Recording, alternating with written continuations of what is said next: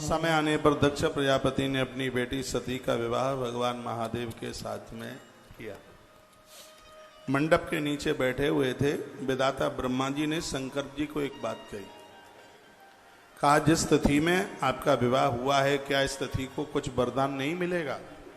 भोलेनाथ ने कहा, इस तिथि को त्रयोदशी के नाम से जाना जाएगा और संध्या के समय में यह पाणिग्रहण संपन्न हो रहा है। लोग आज से इस समय को प्रदोष काल के नाम से जानेंगे। भगवान व्यास लिखते हैं कि प्रदोष की तिथि शिव को इतनी प्रिय हो गई, जो प्रदोष में भगवान शिव का आराधन, उनका वंदन पूजन करेंगे। भगवान शंकर उन लोगों को गणेश और कार्तिकेय से भी ज़्यादा लाड करेंगे, दुलार करेंगे। तो आज त्रयोदशी है, प्रदोष काल में, संध्या काल में पूजा कीजिएगा। कल संक्रांति, परसों के दिन सोमवती अमावस्या है। तो ये बड़े अद्भुत अद्भुत अद्भुत दिन चल रहे हैं और सावन का महीना है। हर प्रकार से भगवान शंकर हमारा और आपका कल्याण करने वाले हैं। नारद जी ने कहा, विधाता ब्रह्मा जी को, ब्रह्मन विधे प्रजानाथ महाप्राज्ञ कृपा कर। आप कृपा का वर्षण करने वाले हो। हम आपसे शंकर, ये सती शंकरियो शुभम, सती और शंकर की जो कथाएं हैं वो आपसे विस्तार पूर्वक सुनना चाहते हैं, वो सुनिए। ब्रह्मा कहने लगे, सती शिव चरित्रम च शृणु में प्रेम तो मुने, लौकिकीम गत माश्रिता चिकीर्णाते सदान्वहम। 3 नंबर का श्लोक है, अध्याय नंबर है 24 और यह है रुद्र संहिता का सती खंड। अध्याय नंबर 24 के श्लोक नंबर 3 में वेदाता ब्रह्मा जी उनकी महिमा बता रहे। भगवान शिव और शिवा के महात्म्य का वर्णन करते हैं और कहते हैं, एक दिन की बात थी। क्या हुआ? एक दिन, एकस्मिन् समये रुद्रा, 21 नंबर का श्लोक है। एकस्मिन् समये रुद्रा सत्यात्र भुवने भव, व्रसमारूह्य पर्याट रसाम लीला विशारद। एक समय की बात थी, भगवान शंकर नंदी पर बैठकर सती माता को साथ लेते हुए ऐसे ही वन में वो विचरण कर रहे थे, भ्रमण कर रहे थे। तब उन्होंने क्या देखा? आगत दंडकारण्यम पर्यटन सागंबरांबरा। इसमें लिखा है समुद्र का किनारा था। गोस्वामी जी ने भी रामायण के बालकांड में कथा लिखी है। उन्होंने दंडकारण्य वन बताया। दर्शयन तत्र गाम शोभाम सत्य सत्य पड़ प्रभु, सत्य के साक्षात स्वरूप हैं ऐसे प्रभु श्री राम जी को महादेव बाबा ने वहां पर देखा। लिखा, तत्र रामम ददर्शासु लक्ष्मणी नान्विता हर। उन्होंने लक्ष्मण को और राम जी को वहां पर देखा। बात उस समय की थी, सीताम रावणी निताम छला। जिस समय माता जानकी को रावण उठा के ले गया था, ये तब की ही घटना है। तो भगवान महादेव ने प्रभु की आंख में आंसू देखे। भगवान प्रभु राम जी रो रहे थे, आंख में आंसू थे। तो अपने स्वामी को देख करके भगवान महादेव ने उन्हें वंदन किया, उन्हें प्रणाम किया। तो इधर माता सती के मन में बात आई, हम तो ये समझते थे कि सबके ऊपर देव महादेव हैं, सब इनको प्रणाम करते हैं, लेकिन आज ये किनको प्रणाम करने लगे हैं। माता सती ने पूछा, आप ये बताइए कि आपने किसको प्रणाम किया है? हम तो यही सोच रहे थे कि सबके ईश्वर आप हैं। तो भगवान शंकर कहते हैं कि सूर्यवंशोद्भवम वीरम भूपम दशरथात्मज भर्ताग्रजमानंद रहितम विगत प्रभम। हे देवी, अयोध्या के नरेश राजा दशरथ और भरत के अग्रज भाई हैं जिनका नाम है राम। छोटे हैं वो लक्ष्मण हैं। पूर्ण कामो वरादीनम प्रणमत स्म मुदाहार। भगवान शिव कहते हैं पूर्ण काम है, निष्काम राम है ये। रामम भ्रमंतम विपिने स लक्ष्मणा मुदारती। इनकी गृहिणी का हरण हो गया है। दोनों भाई वन में भ्रमण कर रहे हैं। तो माता सती ने क्या कहा? देव देव परम ब्रह्म सर्वेश्वर परमेश्वर। हे ईश्वर परमात्मा, सेवंते त्वाम सदा सर्वे हरि ब्रह्मा दयासुरा। हरि ब्रह्मा सगरे तो ये सब तुम्हारी पूजा करते हैं। तम प्रणमो सर्वेशम शिवो धेयस सर्वदा। सभी तुम्हारा ध्यान करते हैं, तुम्हें प्रणाम करते हैं। वेदांत वेदो यत्नेना निर्विकारी परमम प्रभु। वेद और वेदांत ने भी तुम्हें निर्विकारी कहा है, और मुझे अचंभा लगता है कि आपके अलावा और भी कोई ईश्वर हो सकता है? क्या ये ईश्वर नहीं हो सकता? भगवान भोलेनाथ ने बहुत समझाया। माता सती ने कहा, ये संसारियों की तरह रो रहा है, रामाय विपनीत तस्मिन, ये जंगल में रुदन कर रहा है, मैं कैसे मानूं तो ये ईश्वर है, कैसे मैं समझ लूं? भगवान भोलेनाथ ने पहले बहुत कुछ समझाया। परमेश्वर यहां तक कहते हैं, सुणु देवी सती प्रत्या यथार्थम बच में न छलम, मेरे शब्दों को तो यथार्थ समझ ले, इसमें कोई छल और कपट वाली बात नहीं है। सूर्य वंशोद्भवो देवी प्राज्ञो दशरथ आत्मज, 38 नंबर का श्लोक है। यह सूर्यवंशीय राजा हैं, राम और लक्ष्मण ये दोनों भ्राता हैं, और ये जगत कल्याण के लिए धरती पर इन्होंने अवतार लिया है। तो माता सती कहने लगी कि ये भगवान नहीं हो सकते, परमात्मा नहीं हो सकते। जब ये कहा कि ये भगवान नहीं हो सकते, तब कहा, तब राम परीक्षा में ही कुरु तत्र स्वयं दिया, 43 नंबर का श्लोक है। यदि तू इनको ईश्वर नहीं समझती है, भगवान नहीं समझती है, तो तू जाके परीक्षा ले ले। जो तुम्हारे मन कछु संदेह हो तो तुम जाए परीक्षा ले। यदि तुम्हारे मन में कुछ संदेह है, संशय है, तो तुम जाकर के परीक्षा ले सकते। और सती मैया गलती कर गई और परीक्षा लेने को तैयार हो गई। परीक्षा लेने का मतलब है सामने वाले को अपने सामने अयोग्य समझना, अपने आप से छोटा समझना।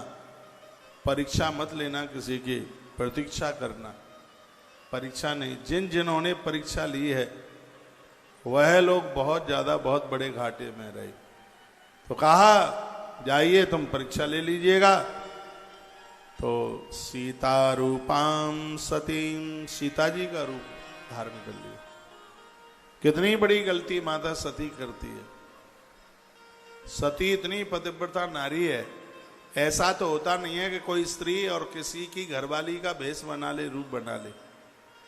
लेकिन यह बड़ी अद्भुत बात है, दिव्य कथा है।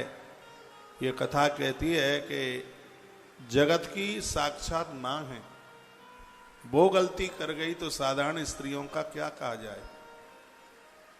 सीता जी का भेष बनाया, जपन नाम से वेतचा, शंकर जी का नाम जपती हुई, और वो आगे एक टीले पर जाकर के जंगल में, वन में एक ऊंची सी टेकरी के ऊपर मैया जाकर के बैठ गई और शंकर जी के नाम का जप करने लगी।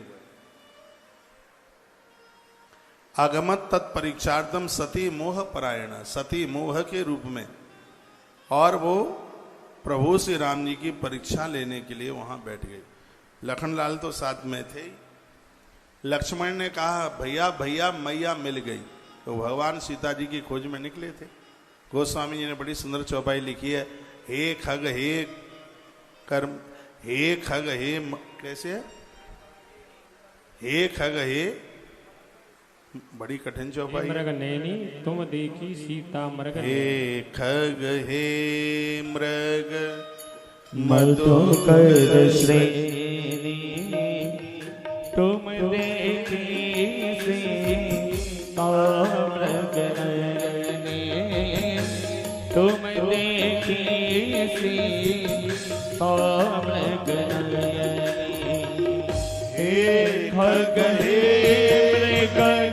मधुकर श्रेणी तुम देखी सीता मृग नयनी। हे खग हे मृग मधुकर श्रेणी तुम देखी सीता मृग नयनी, तुम देखी सीता मृग नयनी। प्रभु श्री राम जी वृक्षों को भी पूछ रहे थे। सती माता उसी समय उस टीले पर जाकर के पहुंच गई थी।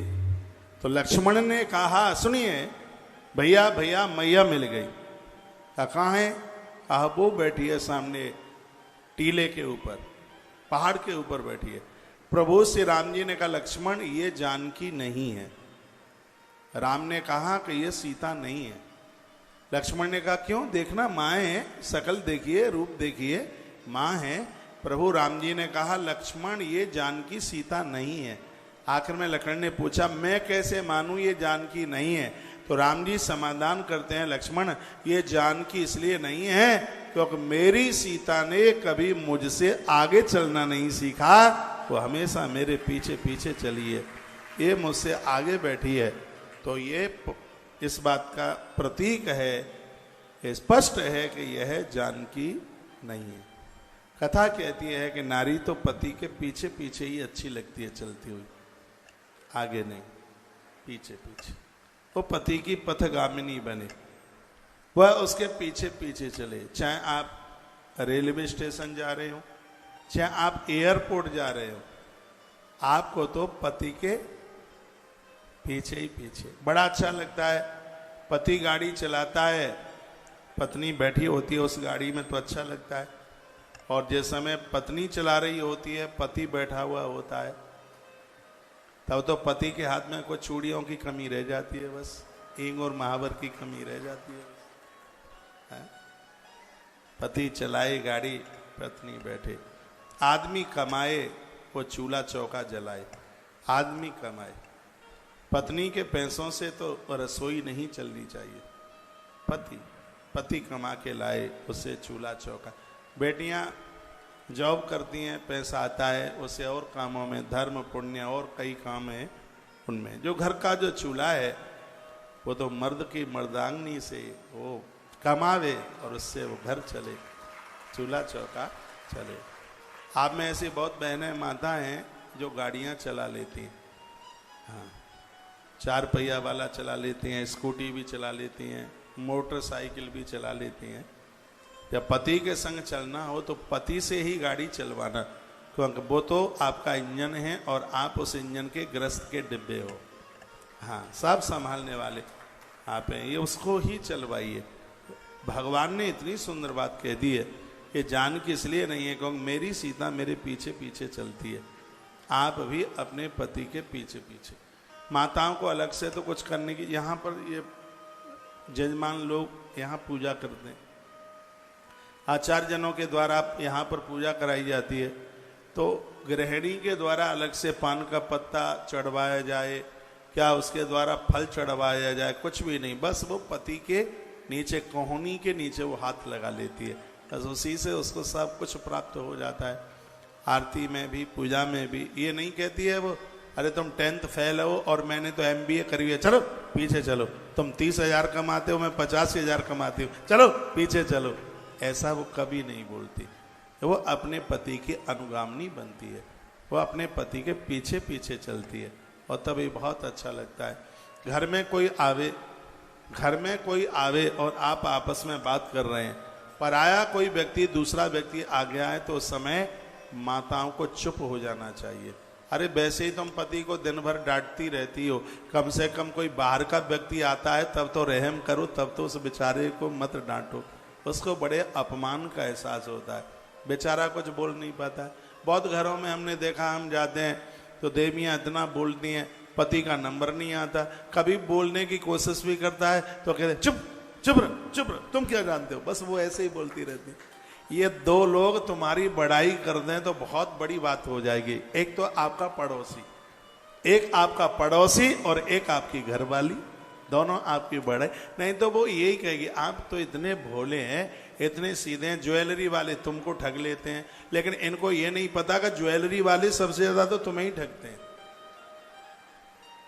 आपके अब कोई यहाँ ज्वेलरी वाले बैठे हों, एक तो ये ज्योतिषी लोग, हाँ पंडित जी लोग, ज्योतिषी लोग, और ये ज्वेलरी वाले, तुम ना हो तो इनका काम ना चले बिल्कुल। जन्मपत्री आप ही दिखाती हैं, हस्तरेखा आप ही दिखाती हैं, अब ये दिक्कत है, ये परेशानी, अब ये बता दो, ये बता दो, ये बता दो, आप ना हो तो ये सब चलने ही वाला नहीं है, समझ लीजिएगा। एक ज्वेलरी वाले, दीदी अपना नंबर बता दीजिए, कोई नई डिजाइन की कोई चैन आएगी तो हम आपको फोन कर देंगे। तो नई डिजाइन की चेन आई, उन्होंने फोन किया, संजू दीदी एक नई डिजाइन की चेन आई है, आप एक बार देख लेते। अब संजू दीदी गई, दुकान पर पहुंची, तो दुकानदार ने, ज्वेलरी वाले ने कहा, जी आप तो हमारे बहुत पुराने ग्राहक हैं, सही बोल रहे हैं, आपसे तो हम चुहन्नी भी नहीं कमा रहे हैं।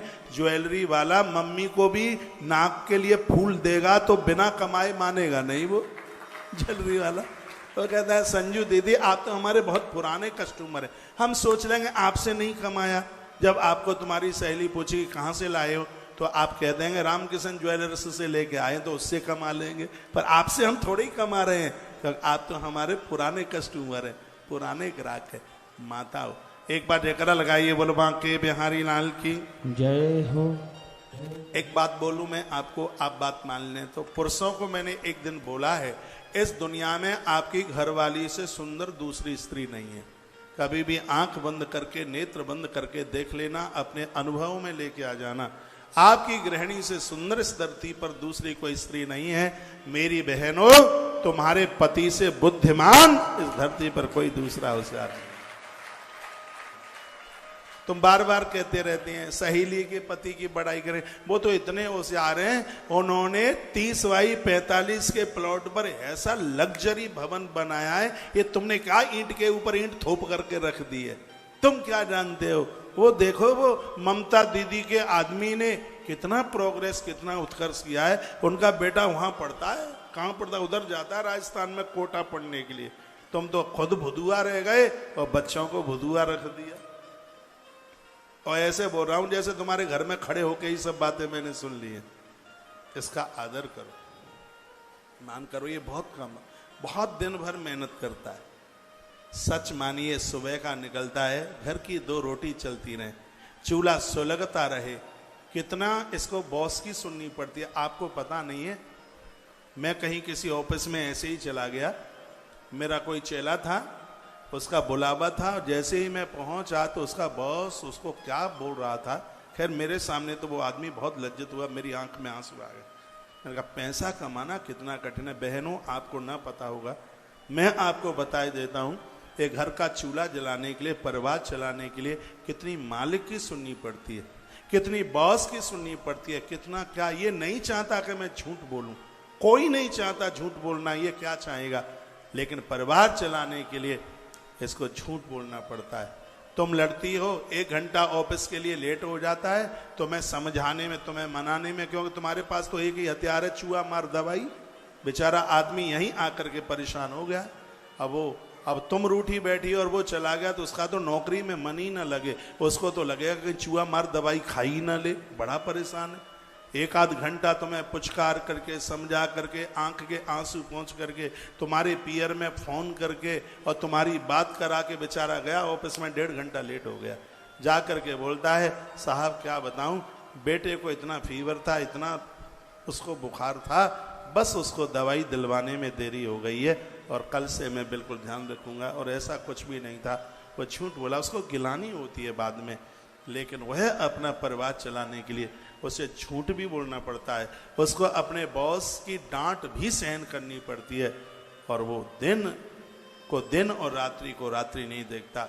वो इतनी मेहनत करता है, तब 2 पैसे कमा करके लाता है, तब घर में जा कर के वो उसका चूल्हा सुलगता है।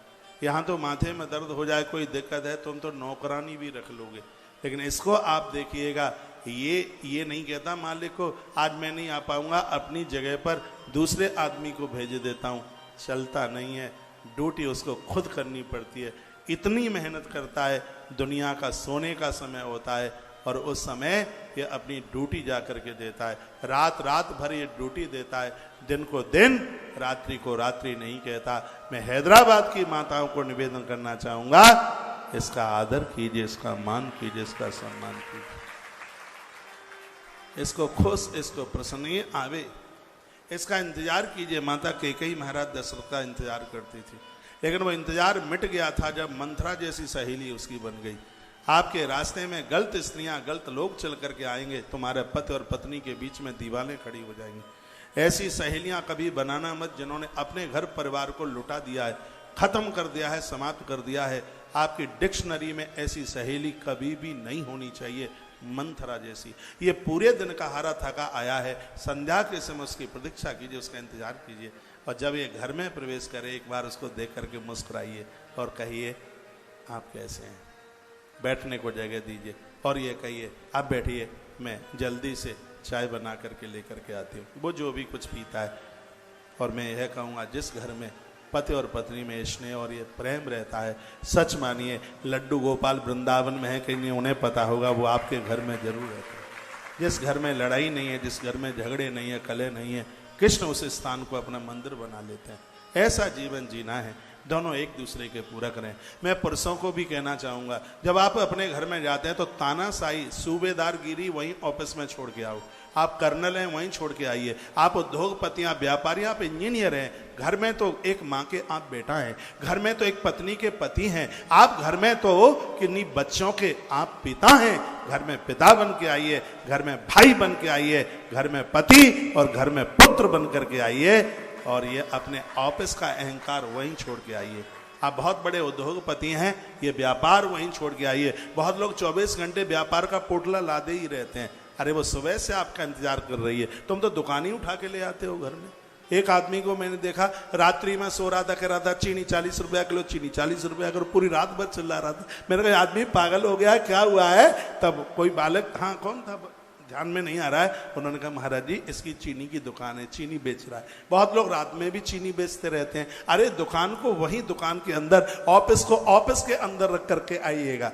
ऐसा सुबह से जो नारी आपका, अब वो आपकी माँ हो सकती है, वो आपकी बहन हो सकती है, वो आपकी पत्नी हो सकती है, वो आपके बच्चे हो सकते हैं, वो आपका पापा हो सकते हैं, पिताजी हो सकते हैं, दिन भर आपकी प्रतीक्षा में होते हैं और रात भर को, और आपका मुंह ऐसा लटका होता है, बच्चे घुस जाते हैं कमरे में, कहते हैं मम्मी चलो चलो यमराज आया। अरे आपको देख करके तो खुशी होनी चाहिए, आपको देख करके प्रसन्नता होनी चाहिए, आपके चेहरे पर मुस्कुराहट नहीं होती है। घर में आप प्रवेश करें, आपके चेहरे पर मुस्कुराहट हो, आपका चेहरा खिलखिला रहा हो, उस समय घर के लोगों को बहुत अच्छा लगता है। मम्मी पापा सामने मिल जाए, उनके चरण छूइए, अब फिर आप बाथरूम जाते हुए हाथ पांव मुंह धोते हुए फिर आप बैठिए और सकून से कुछ बातें कीजिए। ईश्वर ने यह जीवन दिया है, इसको अयोध्या बना लो। जिन घरों में सत्य का सहारा लिया जाता है वही तो अयोध्या है। जिस घर में एक दूसरे की परेशानी को समझा जाता है वही तो काशी है। जिस घर में एक दूसरे से प्रेम से बात करते हैं वही तो वृंदावन है। अपने घर को वृंदावन बनाइए, अपने घर को महादेव की काशी और अपने घर को प्रभु श्री राम जी की अयोध्या बनाइए। अयोध्या उसे कहते हैं जिस घर में शांति रूपी सीता रहती है। तो आपके घर में शांति का होना जरूरी है। प्रभु श्री राम जी वन के लिए जाते हैं, कुछ भी नहीं लेके गए, वो जानकी को जरूर लेकर के गए, क्योंकि जानकी शांति का प्रतीक है। शांति के बिना हमारा और आपका किसी का भी काम नहीं चल सकता। अच्छे इंसान बनिए, चाहे पत्नी है चाहे आप पति हैं, एक दूसरे के लिए समर्पण भाव से जिंदगी जीने की कोशिश कीजिए, आनंद हो। आप बोर तो नहीं हो रहे हैं? मुस्कुरा के बताइए। हंसता हुआ तो हम जैसा काला व्यक्ति भी हो तो भी हंसता हुआ बड़ा अच्छा लगता है। रंग हो सांवला और दांत हो दूधिया, फिर तो ये समझ लो कैमरा भी अपना भाग्य समझता है, इतने बढ़िया बढ़िया फोटो उतारता है। हाँ, रंग सांवला। ज्यादा गोरे बनने वाले हो अभिमान मत रखना, आप तो कच्चे रह गए हो, हम लोग पूरे पक गए।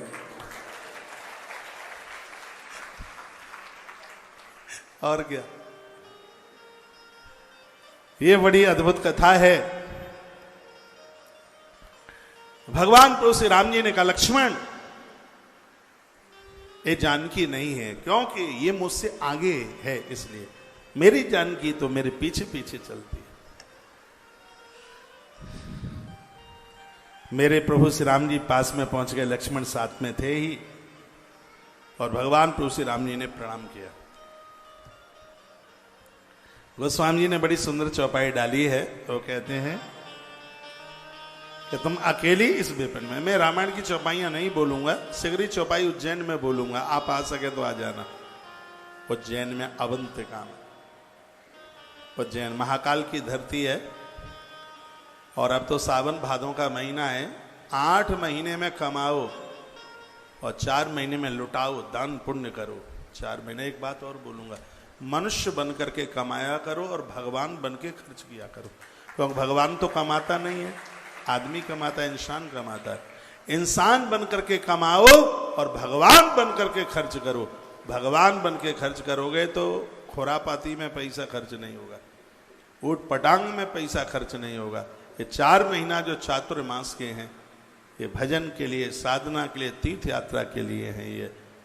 तो इन दिनों में आप देवी देवताओं के चरणों में, शादी शुदियाँ इसलिए तो बंद होती हैं इन दिनों में क्योंकि उन 8 महीने में तो समय होता नहीं है। खूब कमाओ 8 महीने में, अर्थ कमाना बुरा नहीं है। जिस जगह पर धर्म, काम और मोक्ष है वहीं अर्थ है। अर्थ नहीं होगा तो फिर ये धार्मिक कार्य फिर कैसे होंगे, ये सब कैसे होगा। और वर्तमान समय का तो पैसा, समय वर्तमान का 2 पैसा आपके पास में है तो सब आपको अपना मित्र दोस्त बना लेते हैं, परिचय देते हैं। आप जानते हो फलाने नाम के सेठ हमारे मित्र हैं। पैसा की वैल्यू है, लेकिन याद रखना अर्थ ऐसे मत कमाना जो अर्थ अनर्थ पैदा कर दे। पैसा होना चाहिए अधर्म और अन्याय के साथ नहीं। राजा जनक जैसा पैसा होगा तो भक्ति माता सीता आपके घर में पधारेगी। और जिसके घर में भक्ति आई है, जिसके घर में शांति आई है, वहां पर कोई विश्वामित्र जैसा महात्मा प्रभु राम को जरूर लेके आ जाएगा। एक बात आज मैं हैदराबाद की व्यासपीठ से कहूंगा, किसी की शांति के साथ छेड़छाड़ मत करना, किसी की शांति के साथ खिलवाड़ मत करना। शांति रूपी सीता का हरण दशान रावण ने किया, हनुमान ने उसकी लंका को ढा दिया, जला करके समाप्त कर दी। सीधी सी बात है, हम किसी की शांति के साथ छेड़छाड़ करेंगे तो ये प्रकृति हमारी जिंदगी की लंका को नष्ट कर देगी, बचने नहीं देगी। कथा यहीं घूम रही है, बहू बनकर सास मां परिवार की शांति को समाप्त मत करना। सास बनकर, बेटा बनकर, पुत्र बनकर, पिता बनकर एक दूसरे की शांति का ध्यान रखना। जिन्होंने किसी की शांति पर आघात किया है, प्रकृति ने उनको तोड़ मरोड़ करके रख दिया है। चाहे मैं हूं, चाहे आप हो, चाहे तीसरा हो, समाज में कलह मत करना, समाज में झगड़े पैदा मत करना। इस समाज को शांति रूपी सीता देना, और जो समाज को शांति रूपी सीता देता है उसी को राजा जनक कहते हैं, वही महापुरुष जनक है। एक बात और मैं आपको कहना चाहूँ, कथाएं तो आप सुनते ही रहते हैं, जानकी महलों में पैदा नहीं हुई है, याद रखना इस बात को। जानकी महलों में पैदा नहीं हुई, शांति महलों में नहीं, पैसों में नहीं। राजा सत्ताधीश की सत्ता में जानकी प्रकट नहीं है, जानकी उस समय प्रकट हुई है जब राजा और रानी ने हल चलाया है, जमीन में जुताई की है, तो जमीन फाड़ करके माता जानकी बाहर आई है। तो इसका मतलब है आप जितनी मेहनत करते रहोगे, शांति रूपी सीता तुम्हारा संग नहीं छोड़ेगी। मेहनत करिए, आदमी कभी बूढ़ा नहीं होता, उसके पास जज्बा होना चाहिए, उसके पास उत्साह होना चाहिए। आइए मैं कथा को आगे की तरफ बढ़ा रहा हूँ। मेरे प्रभु श्री राम जी ठीक सन्मुख आ गए, सामने आए और वह पूछने लगे कि माता तुम इस वन में अकेली कैसे हो, तुम अकेली कैसे, भगवान कहाँ हैं, भगवान शंभु कहाँ हैं, ये पूछ लिया। इति राम बचः श्रुत्वा चकिता सीत सती तदा। ब्रह्मा नारद को कहते हैं कि प्रभु राम के इन शब्दों को सुन करके जब राम ने कहा प्रेमस्तत्तम सती ब्रूहि क्वः शंभुस्तते नमो गता। विपिन इस जंगल में कई हेतु, किस कारण से तुम अकेली घूम रही हो।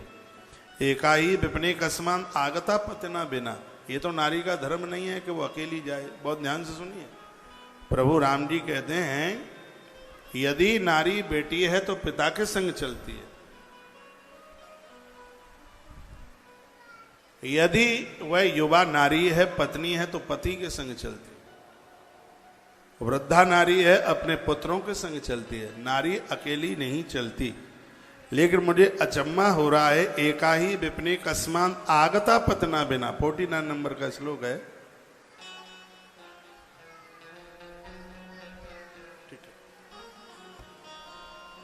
तो तुम अकेली कैसे, वन में तुम अकेली कैसे हो। शंकर जी कहां चले गए। ओहो, जब इतना कहा उसी समय माता ने कहा, हे राम, मैं तुम्हें ये पूछना चाहती हूं कि तुमने मेरे बारे में समझ कैसे लिया, तुम कैसे त्रिकालदर्शी बन गए। तो भगवान राम, ये कथा शिव पुराण में ही और दूसरी जगह नहीं है। प्रभु श्री राम जी कहते हैं, ये कथा ही पुरा देवी शंभु परम सूतकृत विश्वकर्माण माहुय स्वलोके प्रतापरे। एक बार महादेव ने अपने गोलोक में, शंकर जी की एक गौशाला थी, उसका नाम था गोलोक। राम जी कहते हैं उस गोलोक में भगवान महादेव ने विश्वकर्मा को बुलाया। विश्वकर्माण माहुय स्वलोके प्रतापरे, अध्याय नंबर चल रहा है 25, श्लोक नंबर उसका पहला ही है। राम कहते हैं कि विश्वकर्मा जी को बुलाया और श्री विश्वकर्मा जी ने एक बड़ा सुंदर सा सिंहासन बनाया। भवनम विस्तृतम सम्यक तत्र सिंहासनम वरम, बड़ा दिव्य सिंहासन बनाया और सभी देवी देवताओं को वहां पर बुलाया गया था। कार्यामास विघ्नार्थम, बताया गया कि कार्य में किसी भी प्रकार का विघ्न न आवे तो भगवान गजानंद गणपति की भी वहां पर पूजा की गई थी। सक्रादी नाम जो हवासु सप्तास देवतागणान, इंद्र के सहित सभी देवता वहां चल गया। सिद्ध गंधर्व नागादीन, सिद्ध गंधर्व चाडूर, सब का वहां आना हुआ। राम जी कहते हैं कि उसी समय नारायण भी वहां चल कर के आए। जैसे ही नारायण आए तो स्वयं महादेव ने खड़े होकर उनका आदर किया। जो सोने का सिंहासन बनाया गया था उस पर नारायण को बिठा दिया भोलेनाथ ने। वहां जितने भी देवता थे उनको महेश कहने लगे, अतः प्रवृत्ति लोकेश मन्य देशादय हरि मम वंद्या स्वयं विष्णु जाता सर्व शुणोते ही। सिगरे देवता सुन लो, ये विष्णु है, यह मेरे भी पूज्य हैं तो तुम्हारे पूज्य क्यों नहीं होंगे। सर्वई देवाद विस्तात प्रणमम त्वममुम हरिम, तुम मेरे भगवान को प्रणाम करो। वर्णयन्तु हरिम वेदा ममीते माम वाक्या, ये वो नारायण है वेद जिनकी महिमा का वर्णन करते हैं। प्रभु श्री राम जी ने कहा, विष्णु भक्त प्रसन्नात्मा वरदो भक्त वत्सलः। भगवान विष्णु ने स्वयं महादेव को प्रणाम किया था और महादेव ने स्वयं नारायण को प्रणाम किया। महादेव की आंख में आंसू आ गए और कहने लगे, आज से तुम ईश्वर हो, मेरा वरदान है, धरती पर तुम्हारे अवतार होंगे।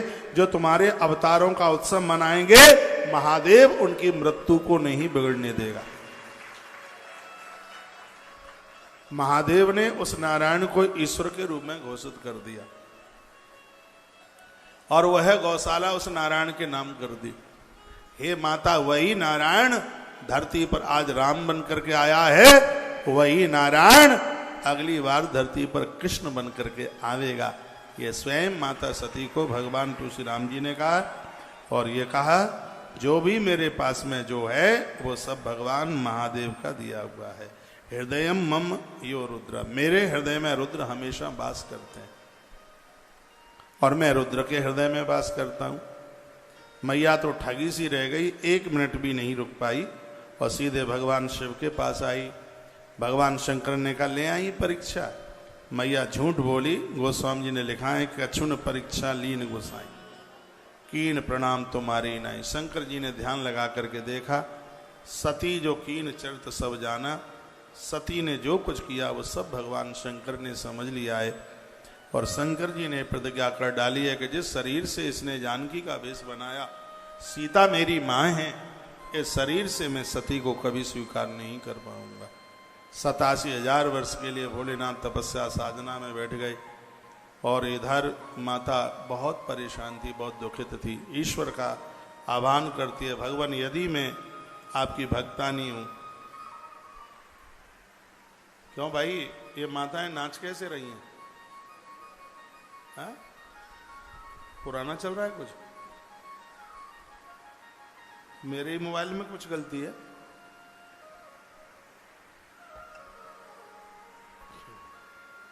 बोलिए शंकर भगवान की जय, हनुमान जी महाराज की जय। महादेव के अपमान के लिए दक्ष ने यज्ञ किया, सब जगह न्योता भेजा, महादेव को गया नहीं था निमंत्रण। सती माता को महादेव ने रोकने की कोशिश करी, लेकिन भगवान शिव के रोकने पर भी माता सती नहीं रुकी। जिस जगह पर शिव का अपमान था वहां पर सती माता चली। कथा कहती है कि कोई भी जगह कितनी भी करीब नजदीक क्यों ना हो, जहां पर पति का अपमान है वो स्थान तुम्हारे कितने भी करीब क्यों ना हो, ऐसी जगह पर कभी भी मत जाना, क्योंकि तहां गए कल्याण न होई। ऐसी जगह पर पहुंच करके कभी अच्छा नहीं हो सकता। पियर में तुम्हारा कितना भी आदर हो, मान हो, सम्मान हो, लेकिन तुम्हारे पियर में यदि तुम्हारे पति का अपमान है, ऐसे पियर को भी छोड़ने में भलाई है। तुम 100 बार अपने पति से लड़ो, यदि पियर में तुम्हारे पति की कोई बुराई करता है तो कहना पापा खबरदार, कैसे भी हैं वो हमारे हैं, आप कुछ भी नहीं कहेंगे। ऐसा नहीं है कि ससुरा पियर में तुम्हारे पति की बुराई हो और उसमें तुम सुई में धागा डालने का काम करें। हाँ बिल्कुल पापा आप ठीक कर रहे हैं, बिल्कुल ऐसे एक नंबर का लुच्चा आदमी है, मेरा तो बस भाग्य फूट गया है, अब क्या करूं। यदि तांबे और पीतल का बर्तन होता तो बाजार में अभी तक बदल देती, अब करूं तो करूं क्या।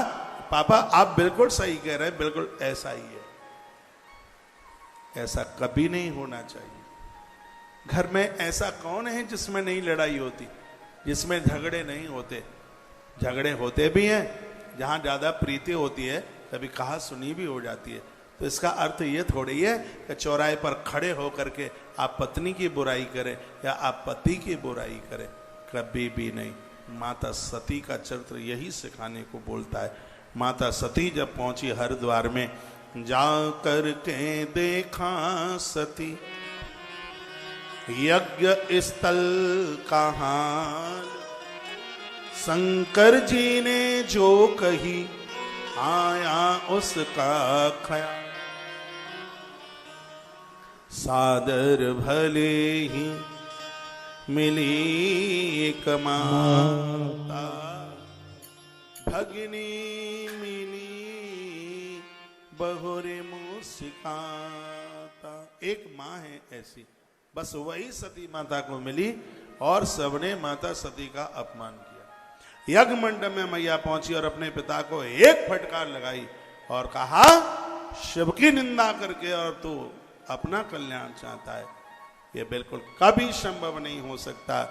और जो भी सभासद बैठे हुए थे मैया ने उनको डांट लगाई। मां का क्रोध इतना ऊपर था, मां के शरीर से ज्योत निकली और उसी अग्नि में माता सती ने अपने शरीर को जला करके भस्मीभूत कर दिया। मैया के इस झुलसे हुए शरीर को महादेव ने अपने कंधों पर डाला। मां का जो जो अंग जहां पर गिरा वहीं पर धरती पर शक्ति पीठ बन करके तैयार हो गई है। यही सती माता दूसरे जन्म में हिमराज पर्वत के घर पार्वती बन करके प्रकट हुई है। बहुत तपस्या करी, 3 वर्ष, वो 3000 वर्ष इसी दक्षिण में माता ने तप किया। उसी स्थान को आज कन्याकुमारी के नाम से जाना जाता है। शंकर ने जहां तप किया है वो अमरनाथ है और जहां माता ने तप किया है उसका नाम है कन्याकुमारी। हम भारतीय लोगों के लिए बड़े भाग्य की बात है, अमरनाथ से लेकर के कन्याकुमारी तक भारत एक है। गंगोत्री से लेकर गंगा सागर तक भारत एक है। रंग रूप जातियां प्रदेश ये कभी हमें अलग नहीं कर सकते। भगवान शंकराचार्य ने चारों दिशाओं में 4 पीठें बनाई। उत्तर में बनाई तो दक्षिण में श्रृंगेरी मठ, उत्तर में जोशी मठ में ज्योतिर्मठ बना करके तैयार किया। श्री द्वारका जी में उधर जगन्नाथपुरी में, इसलिए पूरा देश एक मिलकर के रहे। हमारा वेद कहता है वसुदैव कुटुंबकम, हमारा उपनिषद कहता है वसुदैव कुटुंबकम। पूरा ये देश ही नहीं, जो पूरी दुनिया है वो सब हमारा एक परिवार है। जातियां, रंग और रूप और प्रदेश हमें कभी बांट नहीं सकते। इसलिए कभी ये मत कहना कि वो उड़िया है और वो बिहारी है, वो यूपी है और वो बंगाली है। भैया भाषा के नाम पर, जाति के नाम पर, रंग और रूप के नाम पर हम बंटने नहीं चाहिए। हम हिंदू हैं, हम भारतीय हैं, हम सनातनी हैं और सबसे बड़ी बात है हम मनुष्य हैं। मनुष्य हैं।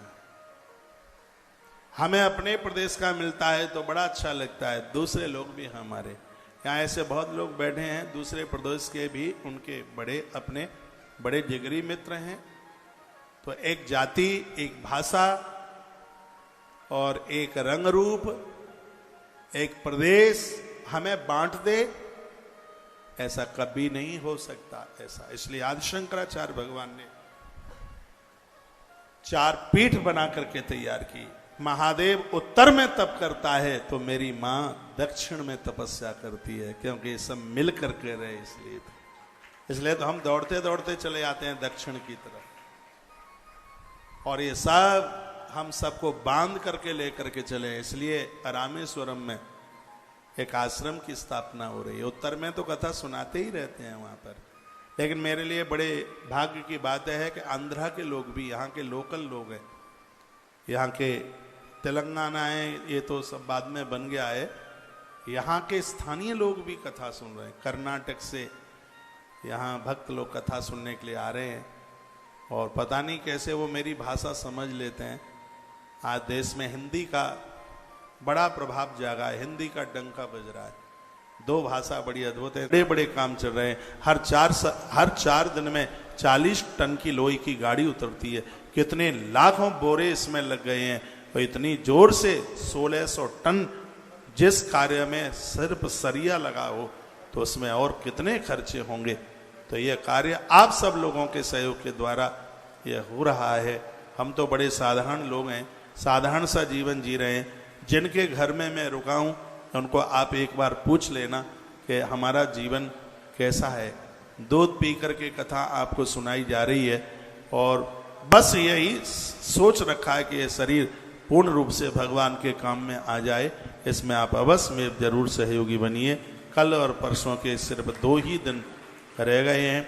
मंगलवार को यानी 18 तारीख और 19 तारीख को 2 दिन का कार्यक्रम भगवान मल्लिकार्जुन में, जो लोग उधर आ रहे हैं मंदिर के पास में ही कार्यक्रम है, जरूर पधारिएगा। और वहाँ भगवान के 112 शंकर जी के 112 अवतारों की कथा कही जाएगी। जो चेन्नई से हमें सुन पा रहे हैं, 1 दिन का कार्यक्रम 11 बजे से 3 बजे तक। 20 तारीख को चेन्नई में है, 21 और 22 2 दिन रामेश्वरम में है। 23 तारीख से लेकर 30 जुलाई तक सीधाम वृंदावन, और 31 जुलाई से लेकर 30 अगस्त तक उज्जैन महाकाल की धरती। एक भी दिन कोई खाली नहीं है, छुट्टी को भी छुट्टी पर भेज दिया है। 4था वर्ष चल रहा है, भगवान ने बड़ी कृपा करी है, कथा अनवरत चल रही है। और इस कथा को इतना लंबा ले जाना, ये सिर्फ गौ माता की सेवा के लिए ये सब कुछ किया जा रहा है। आप जरूर इसमें